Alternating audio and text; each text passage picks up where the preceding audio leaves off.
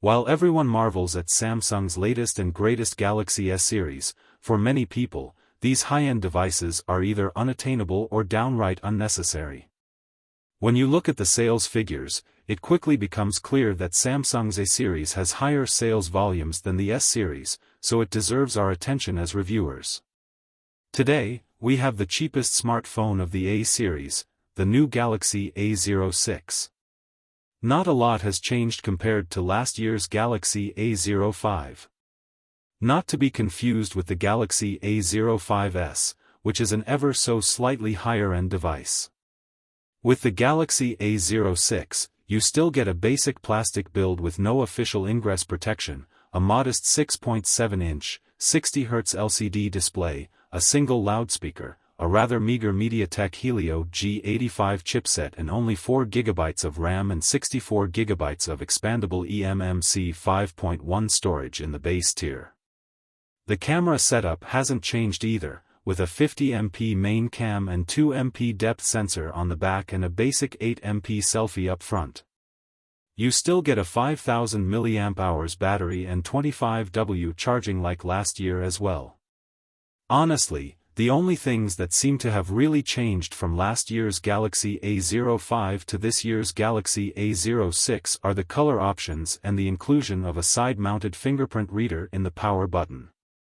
Well, that and the intrinsic fact that you are getting a newer device that starts out its life on Android 14 and is expected to get 2 more major software updates. Other than that, well, the Galaxy A05 is kind of the same phone for less money. That said, we can't just make a blanket statement like that based on specs alone and call it a day.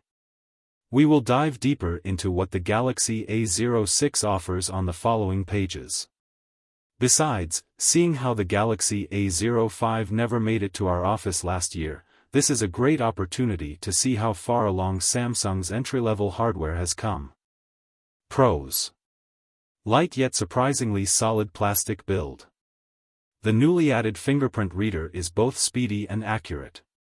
Solid battery life. FM radio receiver and hardware proximity sensor on board.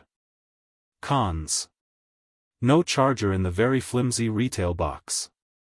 Display only offers HD resolution, is quite dim and reflective and has a lot of ghosting and smearing. Unimpressive single bottom firing speaker.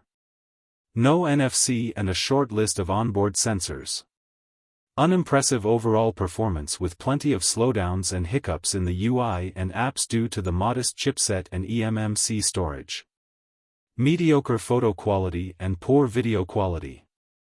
Our verdict: there's no point in beating about the bush, the Galaxy A06 left us kind of disappointed as a whole. We expected Samsung to at least put some effort into improving its budget offering this year, but instead, we essentially got the same hardware package as last year's Galaxy A05. And it was not a particularly impressive package even a year ago. The PLS LCD display, in particular, left us wanting.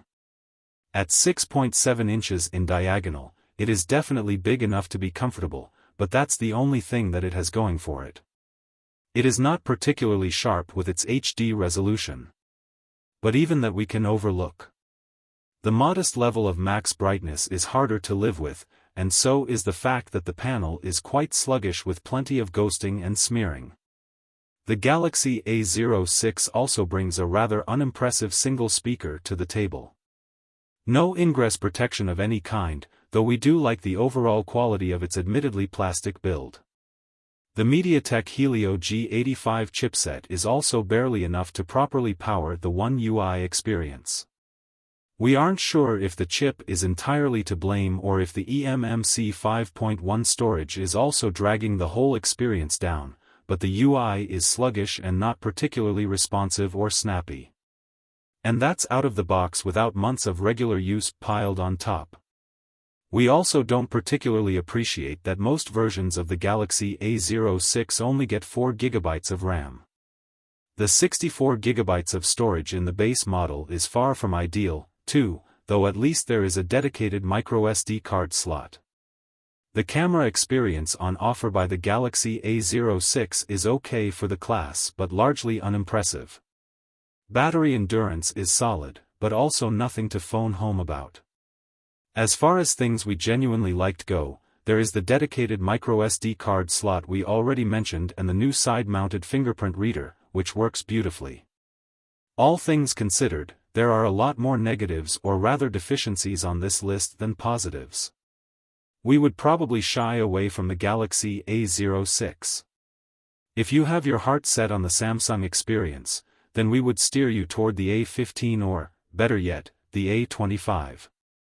Alternatively, shop around with other manufacturers for a better deal since those do exist. Thank you for watching. See you next videos.